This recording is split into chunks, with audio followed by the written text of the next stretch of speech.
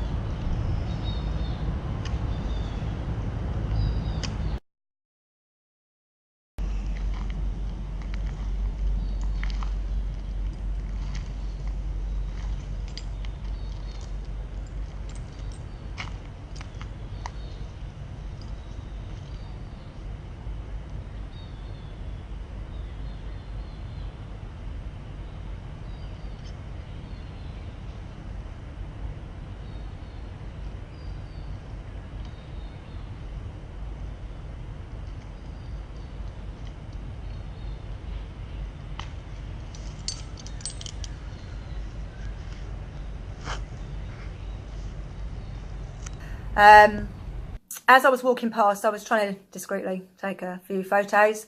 There were a massive presence of people there, tractors, trailers, truck drivers, security guards, etc. Very busy, very large premises. So while I was there, I saw a couple of empty trucks pull up and decided that I wanted to know where these chickens were being sent to their slaughter.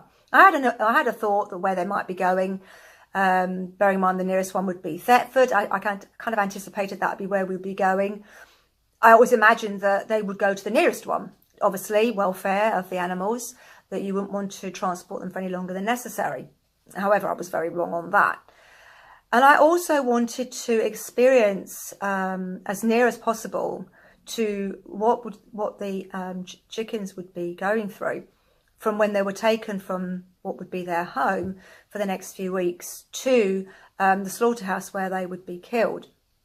So I decided I was going to hang around and wait for these trucks to be loaded with these chickens. There were several more behind the ones that were being emptied out and cleaned that were still full.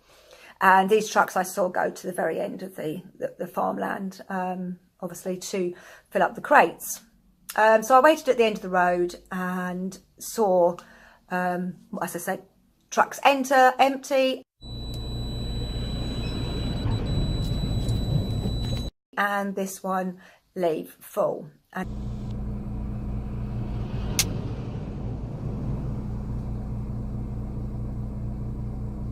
I decided to follow the truck. I had no idea where we were going, how long the journey would be. Rather like the chickens, have got no idea what's happening to them But it was an experience I wanted to put myself through, to just envisage what it would be like to be taken and transported to my death.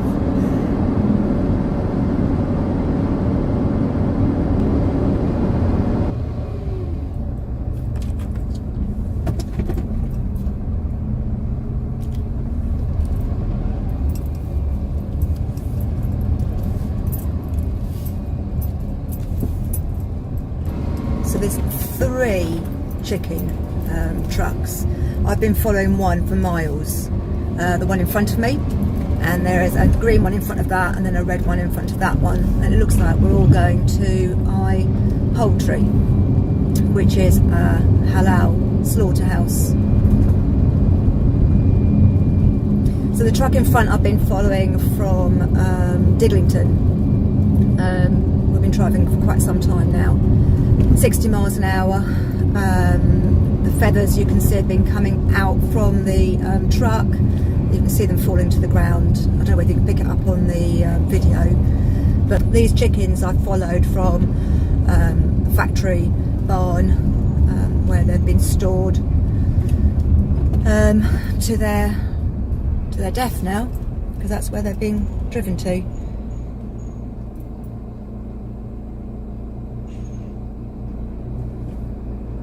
So my journey started today when I came across some barns that were being cleaned out, and they'd been emptied. And whilst I was there was a lot of people hanging around, a lot of workers cleaning out. Clearly they'd removed the last lot of chickens and were making it ready for the next lot. And while I was there, an empty lorry pulled up, and I waited. And a little while later, this empty lorry came out, which is the one in front of me now, full of chickens. And I've been following them from Fowden, sort of Diglington way, all the way to Diss, which seems to be where we're going now. And while I've been following this one, there's now 2 other ones that are ahead of me. So that's 3 in a row, just about to go to the slaughterhouse. And as you can see, all these blue cages are full, and this one in front of me as well.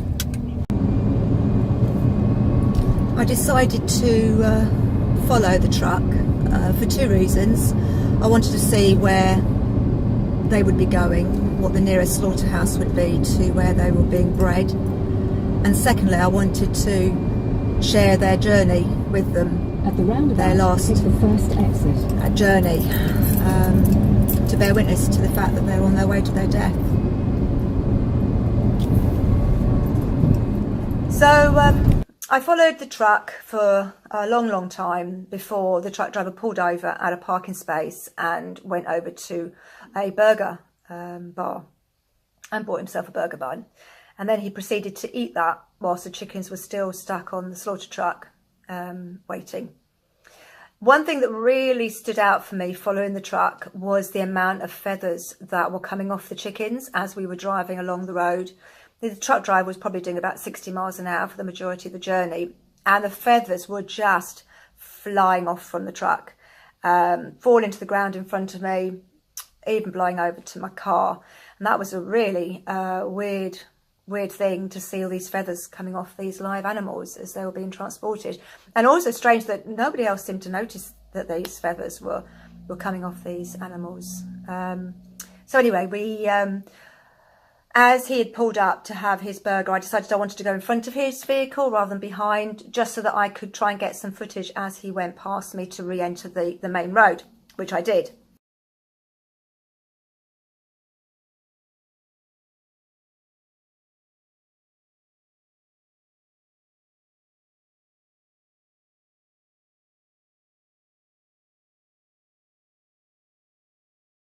And then when he left, followed behind again. By this stage, I think he was getting a little bit suspicious of me, as he then pulled over very soon after that. And so I passed him. And at the roundabout, I turned off and just turned around and waited for him to continue his journey, which he did when he thought that I had gone. And I followed him for what seemed like absolute ages. It was about just under 2.5 hours we were travelling from. And bearing in mind, it was only a 50-mile journey in all.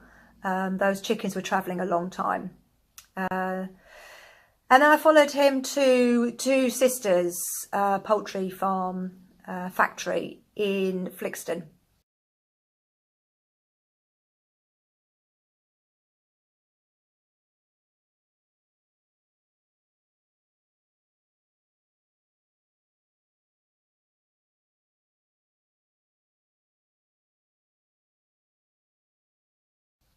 And again, this is just in a little village. You wouldn't know that there was a processing unit, as they like to call them. We call them a slaughterhouse, a kill floor. So I followed as far as I could. Unfortunately, the slaughterhouse is set quite far back from the road, and it's a private road with barrier at the top. So I couldn't go any further. But I went as far as I could to share this experience with those chickens. And it was quite a surreal feeling, following animals from where they'd been living to their ultimate death, rather than what I normally do, which is stand when they've arrived at the slaughterhouse. It was also very interesting to see how long the journey was. I fully expected them to stop off, when you watch my video, you'll see I fully expected them to stop off at Thetford. When we passed Thetford, I thought they would stop at Poultry. So we ended up going to Suffolk, which is a long way. And if you're talking about welfare of animals, why are we driving these animals so far away from where they're being kept on the farms when there are numerous slaughterhouses they could have used en route? The other ironic thing about the slaughterhouse was that obviously it's called Two Sisters Food Group, not Two Sisters Slaughterhouse, but it's also an eco-friendly slaughterhouse. So they've reached their final destination at Two Sisters Food Group.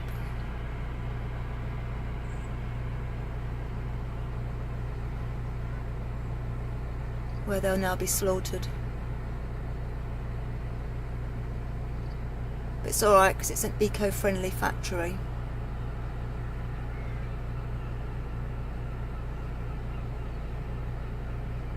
I find completely absurd and ironic and quite distasteful, actually. How can a slaughterhouse be eco-friendly? You are killing sentient beings. How can that be eco-friendly?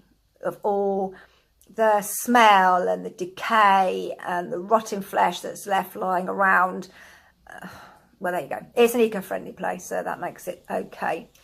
Most people don't think about where their food is coming from. They conveniently go to the local shop, they purchase it nicely packaged up off a shelf, put it in their trolley, take it home and cook it.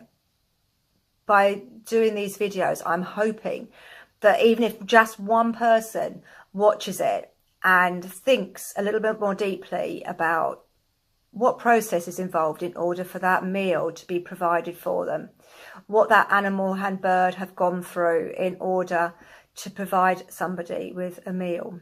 Is it worth it? Is what that bird went through worth your chicken nuggets, your chicken sandwich, your roast chicken? Is it really worth it? These birds are confined in sheds for weeks. They are then transported miles in hot weather. It was 21 degrees today in that truck. Well, it would be even hotter in the truck. It's 21 degrees in my car and there was just me in it. You can imagine how hot it would be in a truck that has birds stacked on top of each other. And those birds are transported for miles, not knowing what their destiny is. They have got no idea what's going on. They're just scared.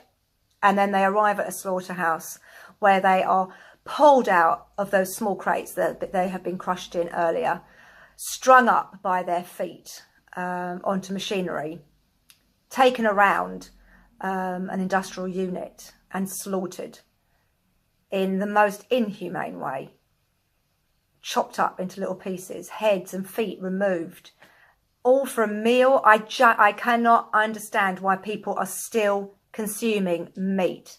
Why? Why are you eating something that causes so much agony and trauma and sadness and pain to another living being? Worth that suffering, because I can tell you what, it is not worth it. When you have had to look at these animals and see their suffering, how could you then put their bodies into your mouth? You've got to just think to yourself, I can live another way. There are so many lovely foods out there that you can have. There are replacement meals for everything. Please, if nothing else, think about it and take meat off your plate. You don't need it.